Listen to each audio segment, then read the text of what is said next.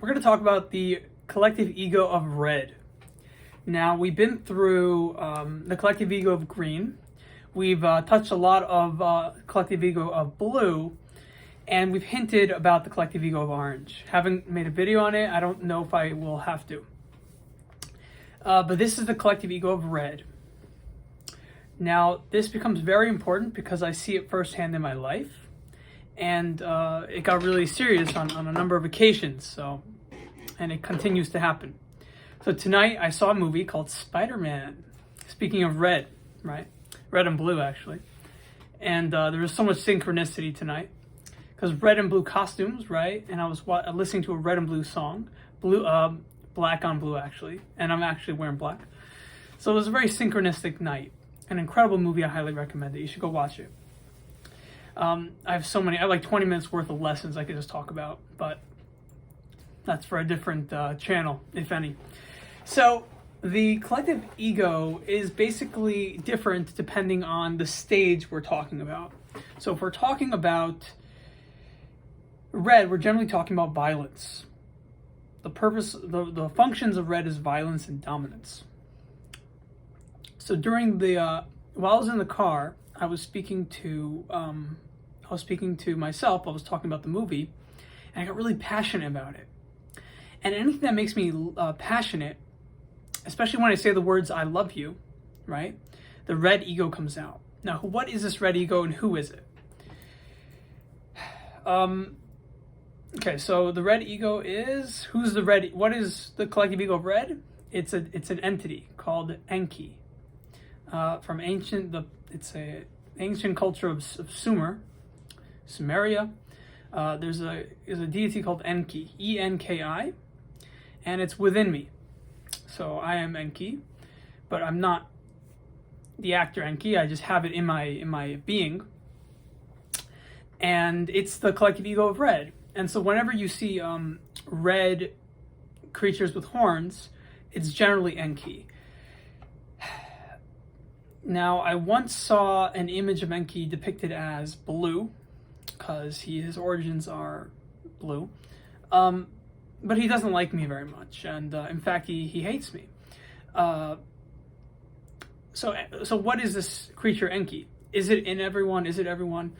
So the way I understand it is, yes, it's permeating everyone, and my ego is Enki. And exactly why I function this way is not clear. Like, is it a possession, or is it you were born with it? And I simply don't have the answer. And my conclusion is it's part of a collective. So we all have it, and some people have it more depending on how much baggage they have. Because Enki just wants to survive. He is the id, or the ego. So, I've been talking about you shouldn't demonize the id.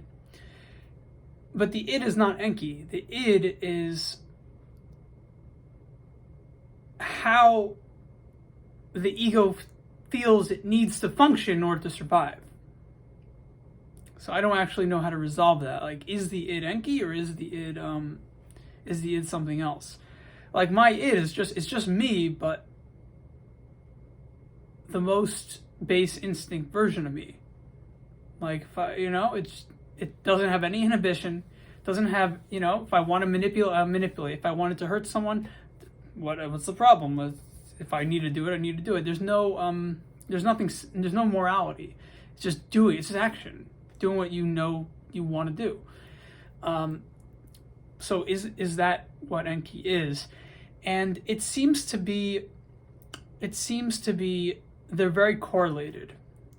Enki is like the base instinct of mankind. And if my phone got distracted, things happen to it, it's probably because of that. But it's a very important topic, so hopefully it doesn't cut off.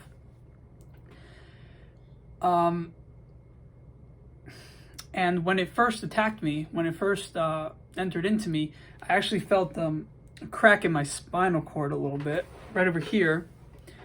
And it didn't really make sense, but that's the weakest part of my spine. So it got in. So when you want to do something bad, something to be bad, that energy of Enki can come in. So it's the collective ego. But which collective ego is it? It's the collective ego of red. It's the collective ego of red. So what happened was I was in the car, and all of a sudden the guy started saying, "Get out of the car," with like a Enki voice, like "I'm furious at you for being a nice guy," and I'm speaking. I thought I was hallucinating. I thought I was going through psychosis. No, it's just a guy. It's just Enki possessing a guy because I'm pushing him out of my body. He doesn't want to leave my body. He wants to imprint his negativity on the body. And this has been going on for thousands of years, possibly more, depending on when he was created or it was created. And so he goes into the guy behind me and he starts yelling, and he takes a piss right next to the dumpster or whatever it was, cargo holder, right in front of me.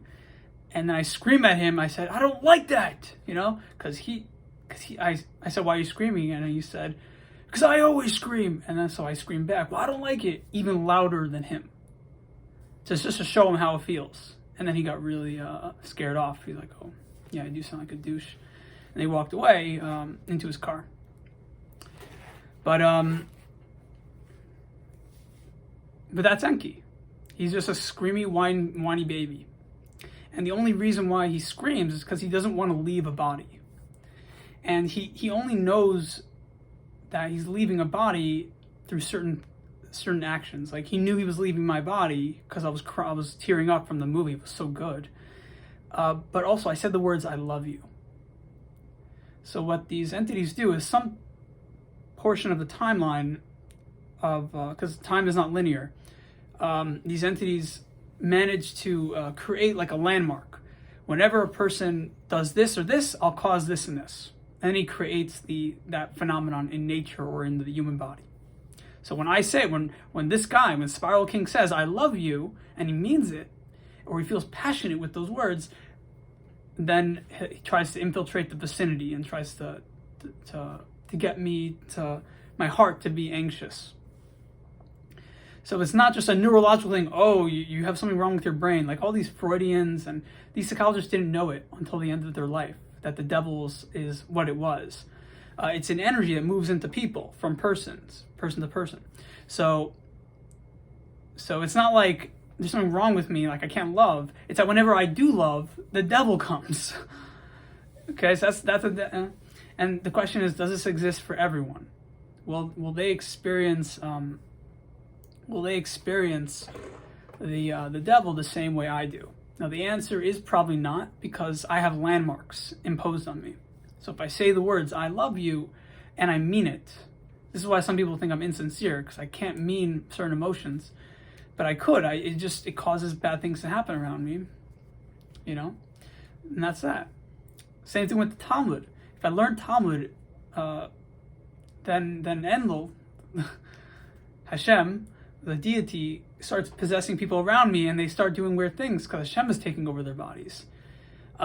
And there's been a battle. There's been like this thing going on for thousands of years. I don't know where it started or who started it or what started it, but it's a phenomenon in nature or I don't know where Ken Wilber would put this phenomenon on the spiral dynamics chart, on the 4-quadrant system chart.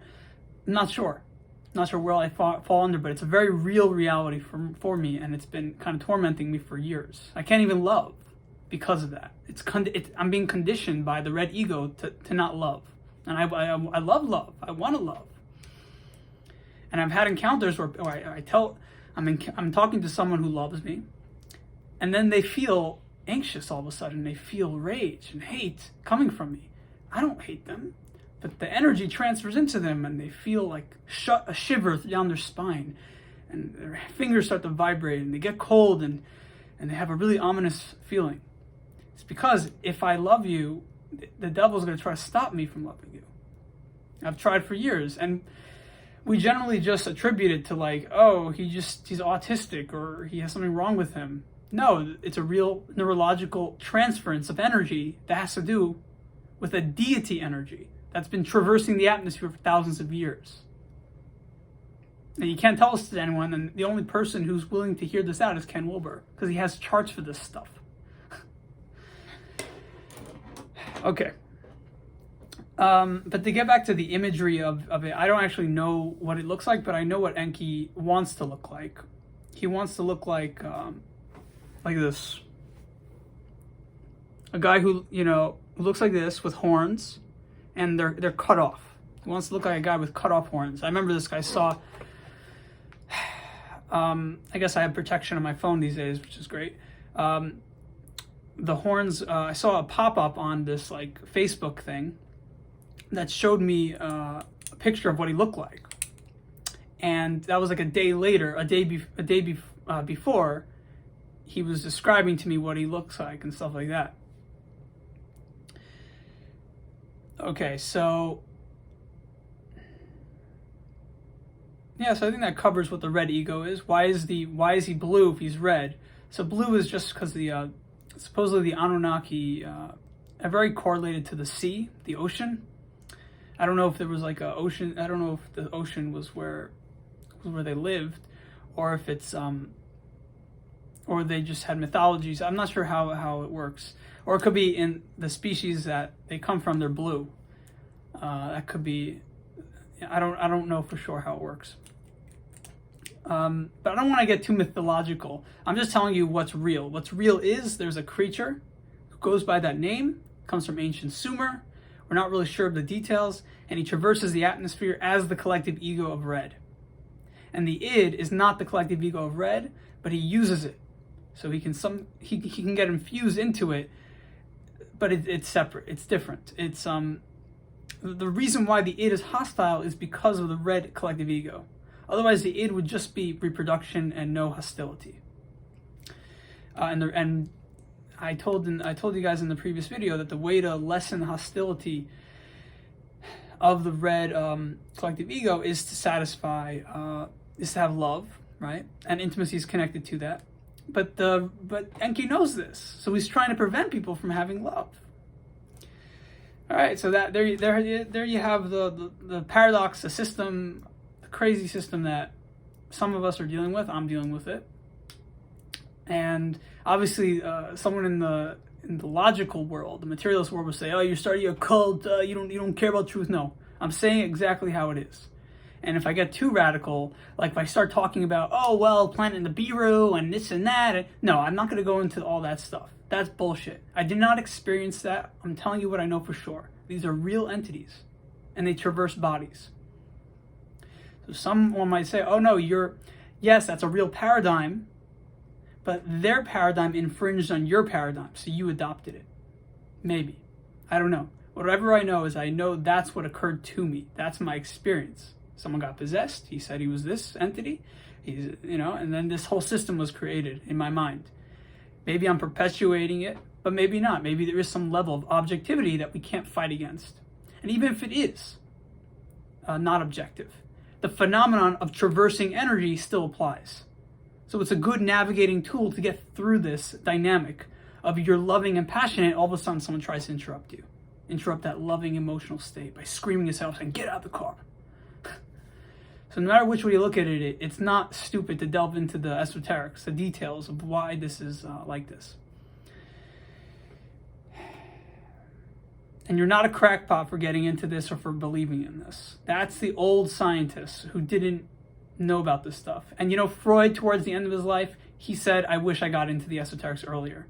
Maslow, same thing. I wish I got into the esoterics earlier when he realized there's a transcendent zone.